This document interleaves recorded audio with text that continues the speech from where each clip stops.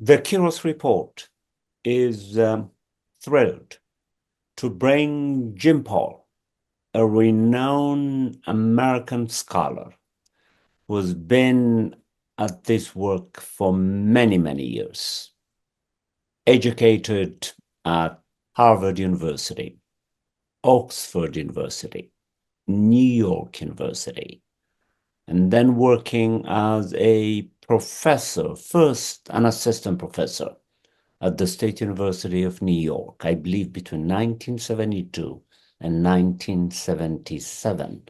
And since then, he has worked as editor-in-chief of the prestigious Middle East Research Project, and also worked as an independent writer and editor of the equally prestigious Oxford University Press's Companion to Politics. He could pride himself, exemplified in his 40-page long bio, that he has published about 150 articles in journals, magazines, and newspapers. He has also lectured widely, globally, I think about 200 times or so. What an honor to bring Jim Paul to the Kiros Report for the first time to dissect for us the tragic condition in the Middle East, which has given us perpetual wars, most particularly the war which has lasted for about 15 months with the deaths of 46,000 Palestinians and probably about 210 wounded Palestinians. And when we uncover the rabble, the number might just as easily be twice that. The great European thinker Hegel contended, liberation, may I add, the liberation of the people is a perpetual project. It is a kind of project that one must earn by tragic means, for example, wars, since it can't be earned naturally. Jim Paul will give us an objective dissection of the politics of the axis of resistance, which will be unlike what my viewers are conditioned to listen to, namely the highly prejudiced and conditioned analysis that the American news media and some parts of the global media have been treating us to. Welcome to the Kiros Report for the first time. Professor Jim. Teodros, thank you very much. It's a great honor, of course, to be with you today. And I think it's a day that is especially interesting since there appears to be some political movement. We'll have to talk about how much movement and whether it's going to last. But in any event, the world's attention is after flagging after all these months and months and months of this terrible war. There is something going on. All right, so let's go. I thought about meeting with you today, and I'm very tempted to look back very briefly in the history of this particular area, because, as you well know, it has been fought over and contested by empires going way, way back. And when I was in Gaza a little while ago, I was staying in a hotel, and there was a column that was out in the garden outside the hotel, and that column was a Roman column. So we were reminded of the empires that have come and gone from this area. And I want to emphasize that this is about empire. The war that we have, we can, of course, dissect it and look at the different elements and interested parties, but it's really about a global empire of the United States. And it was about the Roman Empire, and before that, the Egyptians, the Egyptian pharaohs came, and then, of course, from the Middle East and the Fertile Crescent, those empires, the Babylonian Empire and Assyrians, they were battling over this place that is geostrategically connected to Africa, to Asia, and to Europe. And in our own time, it not only has this tremendous geostrategic importance, but it also has oil. And that is something that most people who talk about the crisis in the Middle East forget, predictably so. They forget about the oil, but the oil remains a central element of our understanding of the battles going on in the Middle East. And we, of course, don't forget that the greatest companies are located in the United States and also in Britain.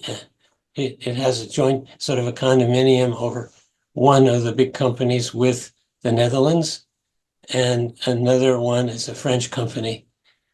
So we just happen to notice that the United States, the Netherlands, and France are particularly interested in this area and are constantly sending airplanes and weapons and so forth out there.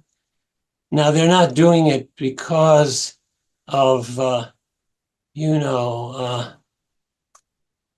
Zionist pressures. Of course, there's Zionist pressures. We understand that. But they're doing it first and foremost because they're maintaining a rule over the world. Yes. And I think we can talk about that, but I think that's scientifically undeniable. And that's where when we come to the present day, we have to discuss it. But of course, I'm glad to talk about the different political currents. First, and also recent empires that that have ruled over that area. So you tell me where you want to go. That's excellent. I liked the way you just seamlessly intervened to my mind. Although philosophically speaking, it's almost impossible to enter another person's mind except through what Sheldrake calls morphic resonance, but that is far out there. It yet has to be empirically verified. But anyway, so what is remarkable about your project is the books that you have published. For example, Syria Unmasked, The War in Iraq, Chickens and Foxes, and Humanity Comes Out of Age. These are powerful titles and powerful books. So let us use some of the contents of these books and for the benefit of our viewers, let's talk about the axis of resistance. It's quite a captive name, but let's dissect it in terms of its geopolitical formation, since you have already handled Syria in Syria Unmasked. Yes. Iraq, the wars in Iraq, humanity coming out of age, which is the present tragic condition of human beings. So let's give a crash course, as it were, on what the axis of resistance is, who the participants are, what their motivational and organizational principles are, what their visions are, so forth and so on. Take your time and let's begin with a dissection of the axis of resistance. Okay. Well, the axis of resistance is a fairly fluid phenomenon. It's a It's a reflection of popular resistance to empire. And we had, turning back in history, we had the various, recent history, I'm sorry, we had the various movements of the nationalist movements that were opposed, of course, to the Ottoman Empire immediately before World War I. But then after that came the British. And as, of course, we know, the Mr. Sykes and Mr. Picot were sent out by the British and French foreign offices during the war to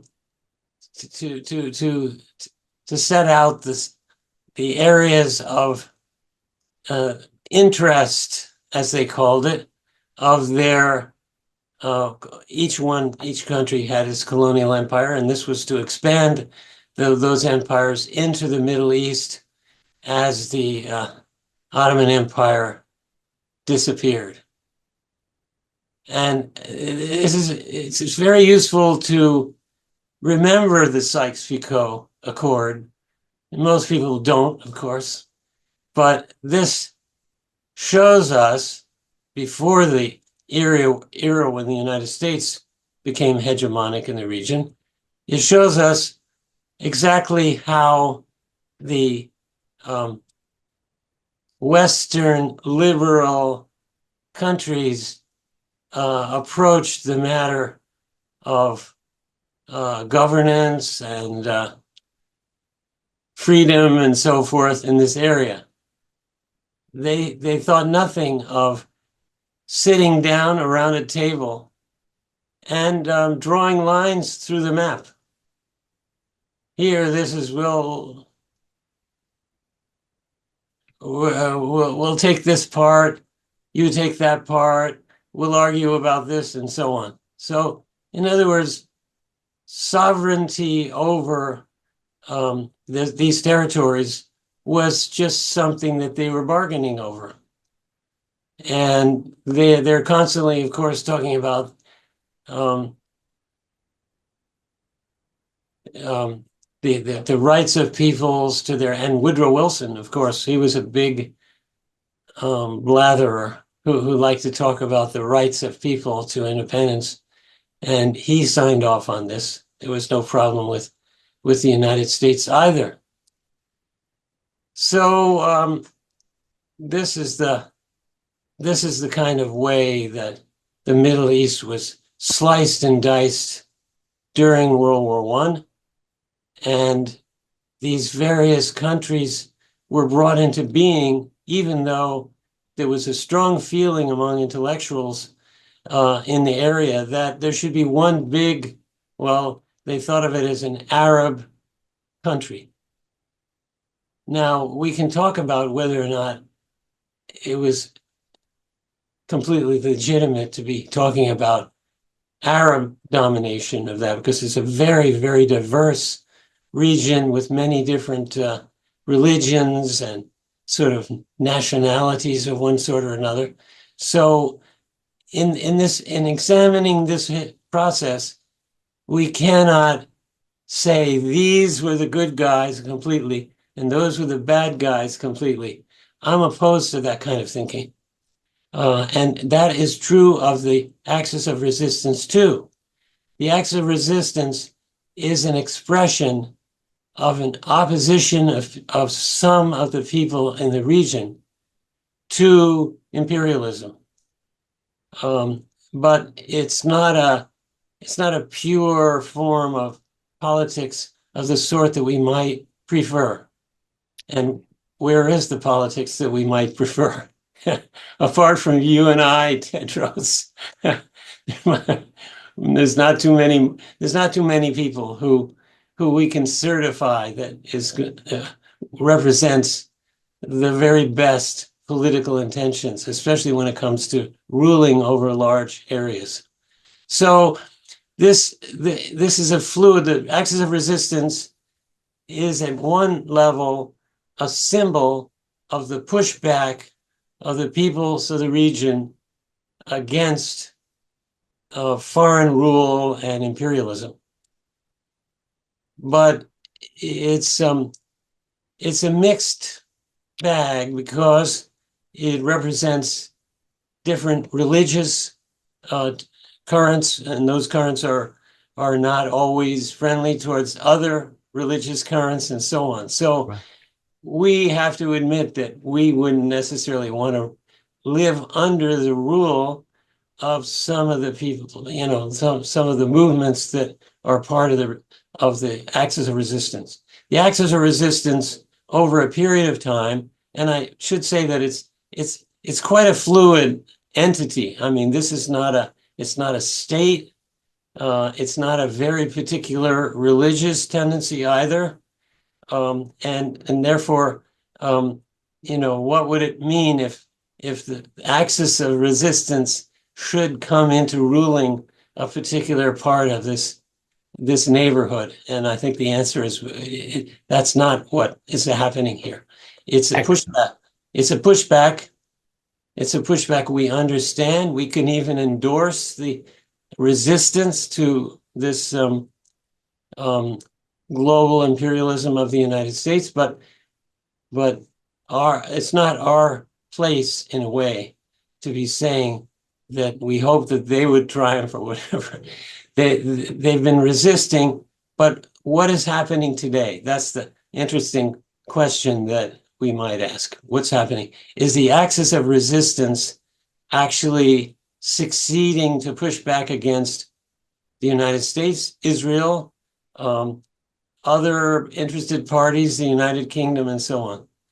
And I think the answer is, well, yes and no. I mean, they have been able during a period of time to push back, to stop, for instance, the Israeli military from taking over big swaths of southern Lebanon, um, pushing up into the Gaza, into the Golan Heights, and so on. That is a sort of military achievement. But the question I like to pose here is, what is the strategy for a broader political resistance to the empire? And that's a very hard question to pose, because we need to be aware that the United States has a global empire. It has lots of satrapies. It has lots of other states that follow its lead, or that accede to its pressures and so forth. It brings all kinds of pressure all across the globe. And the Middle East is one, or Western Asia, by the way. That's a nice, I'm kind of leaning towards using the term Western Asia rather than Mm. Middle East, which is a colonial expression, but it's it's used in Arabic, Sharq al-Awsat, and so it hasn't yet fallen out of fashion. So Middle East from what? Uh, so it it's West in Asia and East from New York and London. So, but it's As hard. I Mhm. As It's I hard not to use it. expected, your analysis was going to be quite distinct. It already is, because as you know, the American news media, the corporate media, has a tendency not to think in terms of class. How could it be? Because it's an articulation of class interests itself. So the axis of resistance, correct me if I'm wrong, hides a subterranean class dimension to the composition of the resistance. It's as if there are no differences between the interests of Saudi Arabia, Qatar, Syria, Iraq, and the class dynamics inside them. This reminds me very much of the hollowness of identity politics in the US. Identity of what? An identity that is not grounded in class, but strips identity of class so that it could speak vacuously. Your analysis, on the other hand, is respectful, as far as it could, of the politics of the axis of resistance. But unlike what we get from the news media, you're particularly sensitive to the class dimension. There are class interests that are going to come back to haunt the Middle East, as it were, or Western Asia, to use the term that you're using, after the first component of the liberation is realized, namely ending the war. And then what? Absolutely. Well, I mean, this war, first of all, we ought to say that although this is a day of celebration and a day of great hope that some of the terrible war that has been besetting the people of Palestine and Lebanon and for such a long time, that this may be moderated, let's say. I hate to say ended, because there have been other occasions when various military operations have been ended, only to begin again right away. And the United States, we notice, is always the honest broker, or claims to be the honest broker. This is no more honest broker than it was when Britain and France were drawing, pencil marks across the map. The United States is there to ensure its interests and to ensure its hegemony. And of course, as you rightly point out, this is what I'm using here, these national categories that involve nation states. But we have to say that we're talking about the ruling classes in, particularly in the United States. And after all, where did the, great global oil interest begin in its modern form? It began in Pennsylvania, and John D. Rockefeller and the Standard Oil Trust that was set up. And by the turn of the century, that is to say, 1900, the Standard Oil Company had more naval ships than the U.S. Navy. How about that? Something that, now, of course, they were not warships, but that gives you an idea of the sort of non-national power of big companies and the way they operate. And certainly, oil is central to this discussion. We should remember that in the various battles over oil in the Middle East, when Mossadegh in Iran nationalized the oil company there that was owned by U.S. interests, it was owned, actually, excuse me, it was the primary interest in the oil in Iran was British at that time. And then the U.S. moved in right away. We don't need to go into all the details of that, but yes. The point is that the Brits brought in the Royal Navy. The U.S. Navy supported that with its own naval forces, and they threw up a blockade that made it impossible for the Iranian government of Mossadegh to export oil. This is the famous U.S.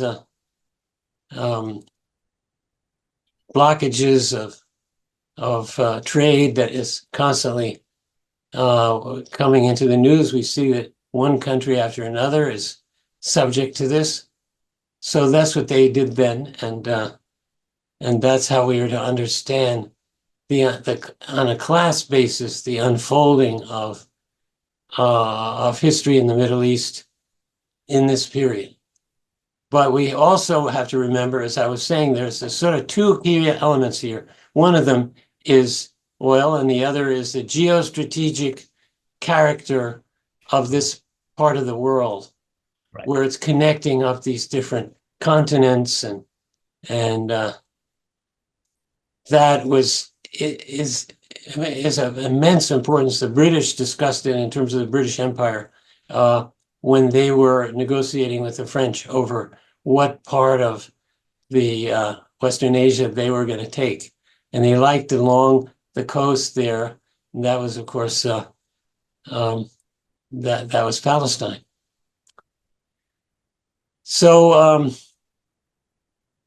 where do we go from here, Tedros? You have All to right. No, of give me course, a what's little push now. remarkable is you've been engaged in this business of unmasking hegemony in Syria, in Iraq, and in the configuration of the passions and desires of humanity as it is coming out of irrationality, and as Hegel would add, moving towards rationality. You've done it all. And what you've given me so far does that extremely well. And now, my next question would be the following, if I can formulate it accurately, namely this.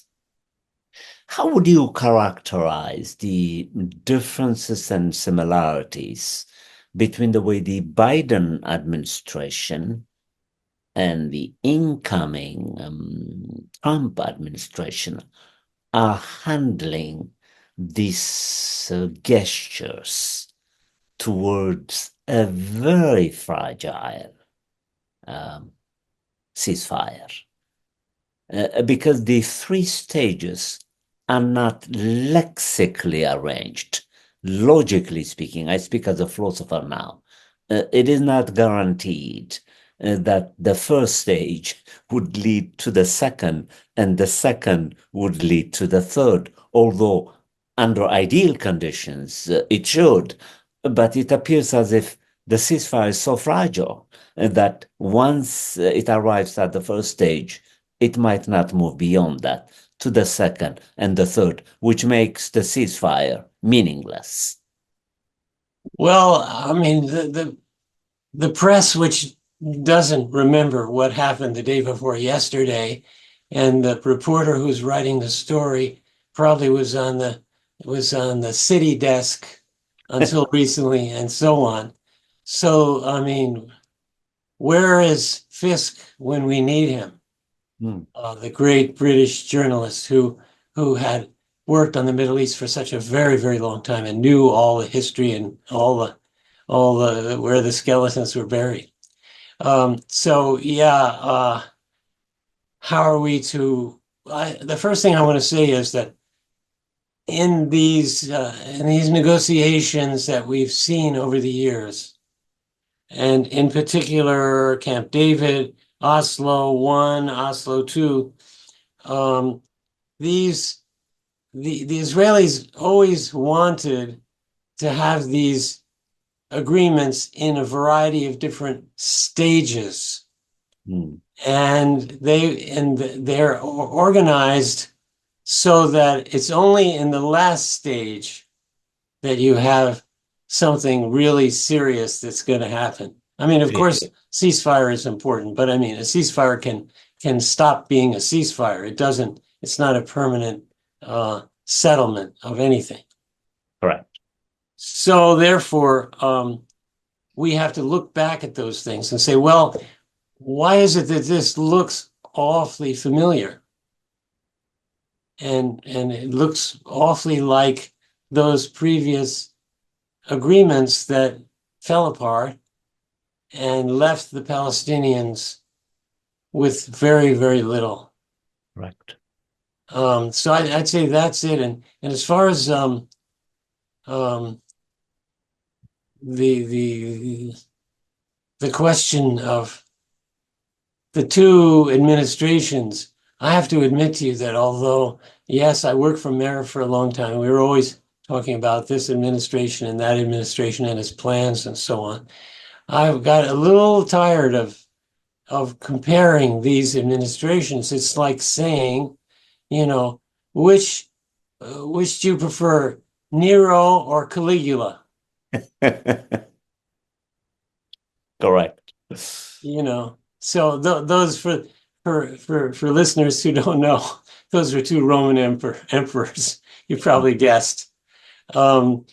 So yes, I mean, empires are never, even Jimmy Carter, who everyone is saying so many good things about him, but and I won't go into the details, but Jimmy Carter was not doing good things as a president of the United States. He was doing marvelous things after he left office. That's right. And we take our hat off to him. He showed many people what a good life that is organized around real principles, what that might look like. But when he was president of the United States, he chose the most horrendous national security advisor, Zbigniew Brzezinski, who was, among other things, pretty much responsible for creating Al-Qaeda. I mean, the Russians came in with their army into Afghanistan to support a regime that was close to them. And then the United States thought the national security group in the White House and in Washington decided this was they could not allow this to happen. So they started arming and training and doing everything possible to promote a Islamic fundamentalist group, Al-Qaeda. And most people know what happened after that with Al-Qaeda and Osama bin Laden and all that. That's a reminder that they stop at nothing. And when they did that, the chief of the British MI5, which is sort of the FBI of Britain, wrote a letter, wrote a private memorandum to Tony Blair saying that our policies in the Middle East are the greatest threat to the internal security of Britain. I thought that came out later, and I thought that was very interesting because the peoples of these countries, these empires and satraps, are not profiting very much from. In fact, they are faced with the anger of people out there, and the terror is an action of weak parties who are trying to get some leverage over the political situation. So I thought that was very interesting that the lead internal security, the person in charge of MI5 came to that conclusion. Now, of course, Tony Blair, who was no great shakes himself when it came to the well-being of the people of Britain, rejected this. He said, well, we can't, we have our big projects out there, and we can't always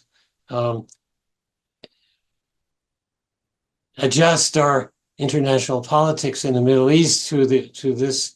This is just guesswork and so on. Anyway, he wasn't ready to go along with that idea.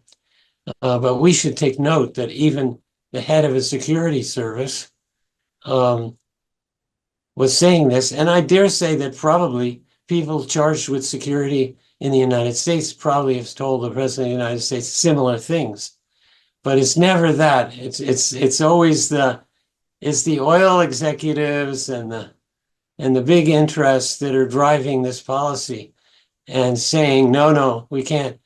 If we pull back from this, where would we be? We wouldn't have our Hmm. or inexpensive oil. I did a study at the time of the Iraq War of the Yeah. cost of lifting oil, as they say in the industry, in the Middle East versus the cost of drilling for oil and pumping it out, say in the United States or somewhere else. The Middle East is by far the cheapest. You probably never read about this in the No. newspaper, but um, they just you can put your finger down in the sand in Iraq or Iran, so to speak, and oil comes shooting up.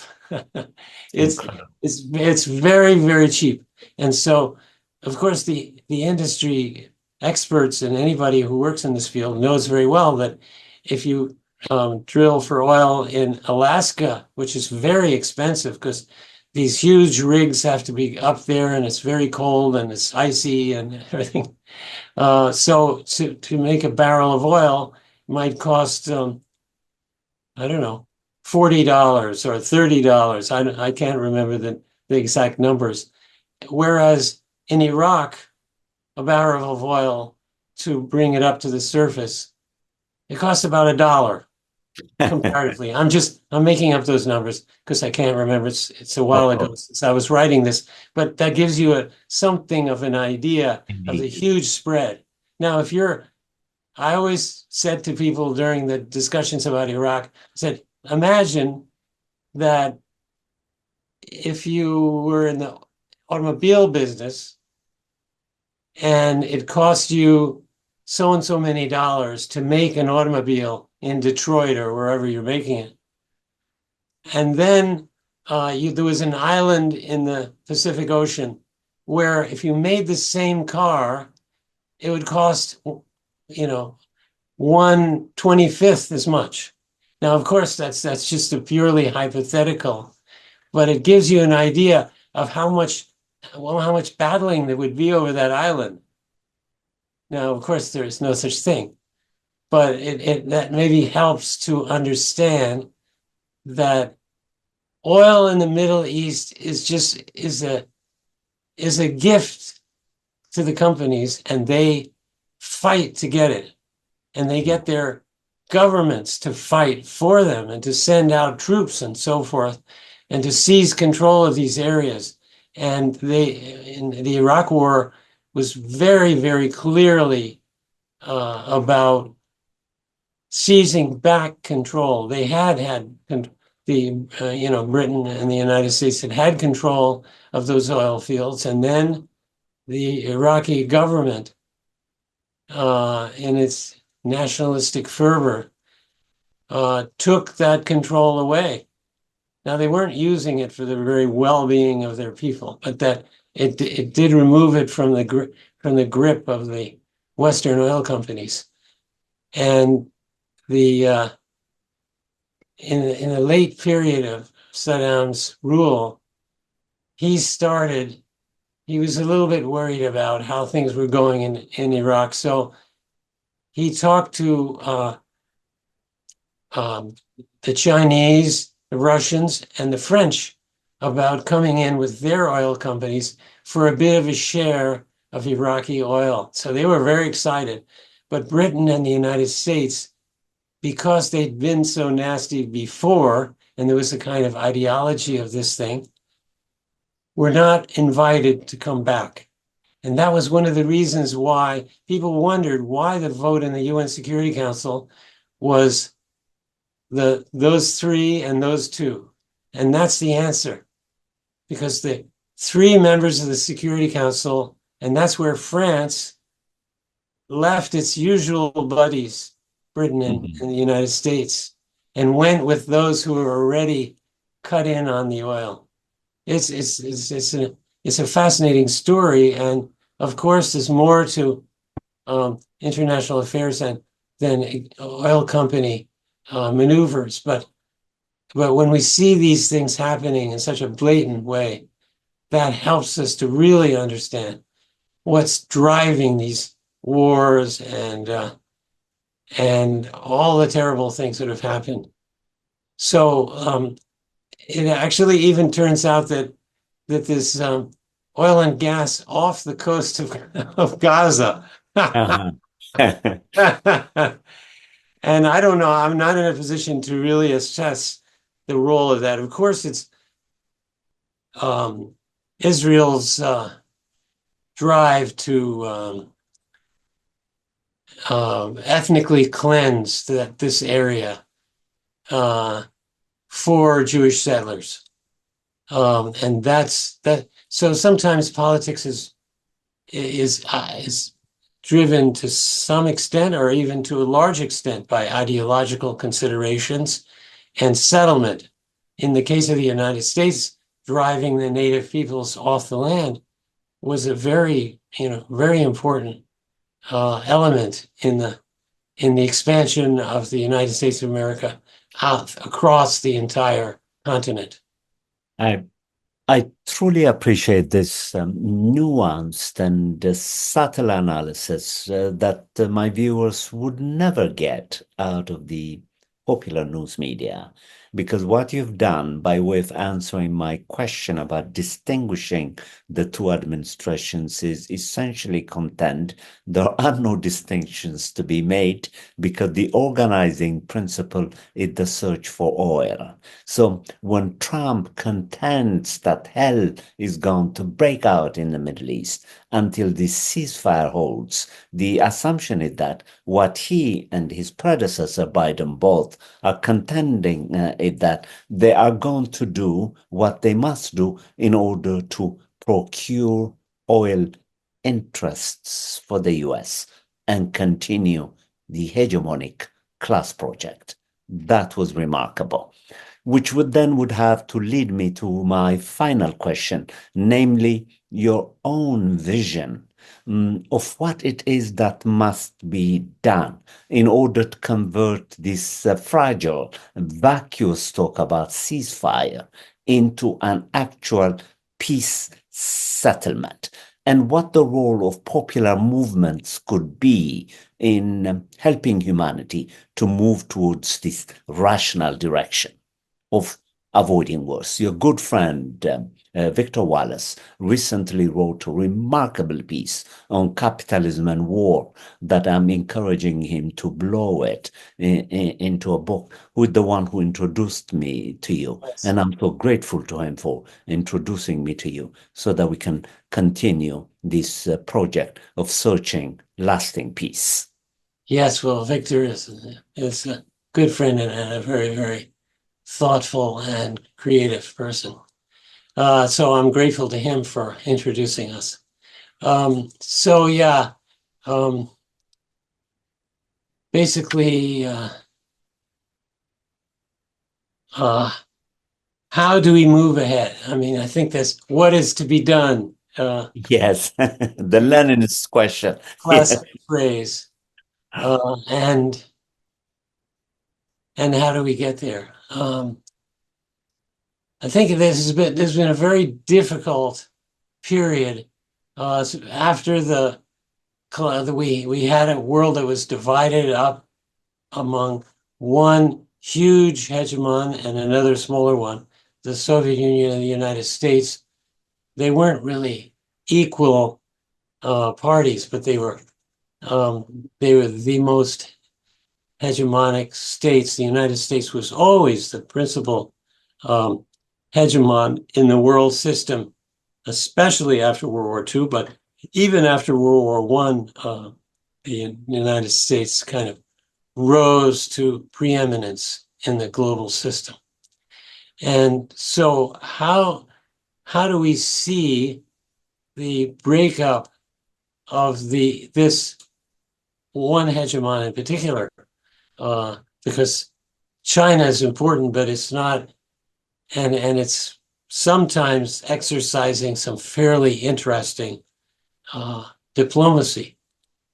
Can we imagine China? But I hate to put my bets on other hegemons because they don't tend to be very reliable, and they have their own interests, And so let's think about how we get to a more a politics based more on a popular base, a popular impulse in politics.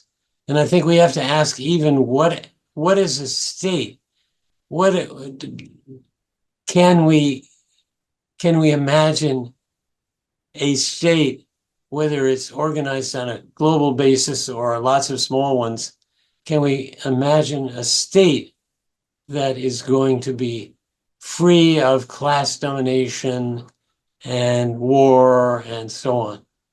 That's, as you well know, philosophers have been trying to figure that one out for a long time.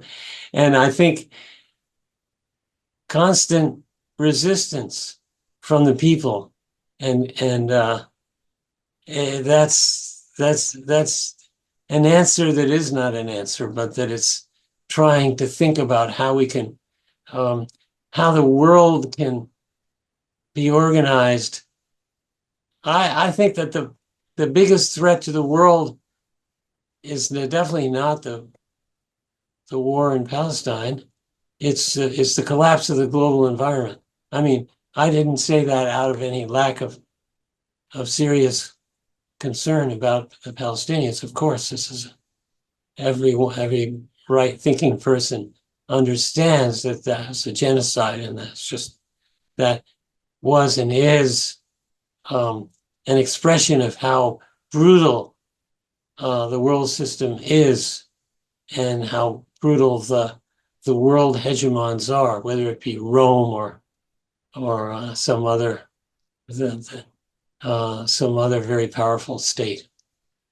So people have to work together at different levels. These are the things that we must think about all the time, because working together with other people, perhaps through institutions like the UN that would have to be very improved and changed and not allow Washington to run roughshod over.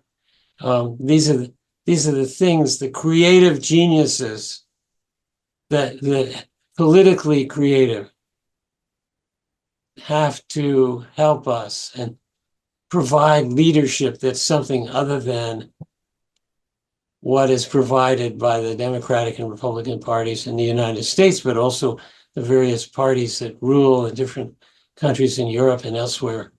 It's a period of particularly noxious governments that pretend to be liberal and democratic, but that in fact are providing us with an environment that is unspeakable, huge amounts of wealth that we've never seen before, but suffering on a global scale. So, will the people be prepared? The way I like to put it is, can you give up your ice cream in order to live in a habitable environment? And people say to me, you shouldn't say ice cream, you should say something not so. I say, I want to say something that people love it. But that's exactly the problem. I mean, it's ice cream symbolizes the feeling that people have that they need to satisfy their desires, and that's more important than getting along with your neighbors or anything else. But we have to shake off I'm going to start anew right here and now. We need to have a program to get rid of ice cream. This Jim, was a truly enlightening episode that I will remember, and I invite you to be part and parcel of my project by giving me some of your precious time once in a while when you are available, and give a report to the Kiros Report. This has been your host, Teodros Kiros, for the Kiros Report with Jim Paul. The Kiros Report is supported by the Hutchins Center at Harvard University. And may I invite my viewers to consider subscribing to the Kiros Report so that I could continue to bring you a cutting-edge analysis of the kind that you just witnessed, principled, pristine, and simply speaking, brilliant. Thanks for coming to the Kiros Report. Thanks for inviting me, Teodros.